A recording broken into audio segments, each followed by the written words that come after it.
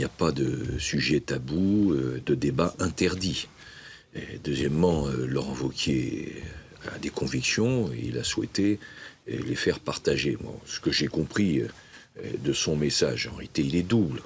Premier message, c'est qu'on ne doit pas, dans notre pays, percevoir davantage de revenus des prestations et de la redistribution sociale davantage que les revenus du travail. Les revenus du travail ne doivent pas être inférieurs à ceux des allocations. C'est un principe assez simple.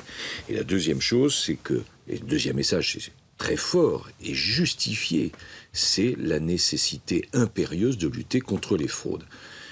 Aujourd'hui, les prestations, les allocations et autres, c'est de l'ordre de 60 milliards d'euros dans notre pays, 60 milliards d'euros annuels.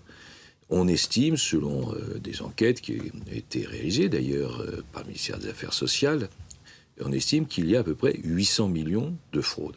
Cela, naturellement, n'est pas justifié. Pourquoi ? Parce que la fraude, c'est du vol. C'est ce que l'on oublie. Oui, mais là, vous déplacez le problème. On parle de l'assistanat. Non. Laurent Wauquiez parle des deux aspects. Il dit un principe simple, encore une fois. Donc il a eu raison. Le travail doit toujours être davantage rémunérateur que la redistribution. Mais on a l'impression que le gouvernement découvre la lune, là. Non, pas du tout.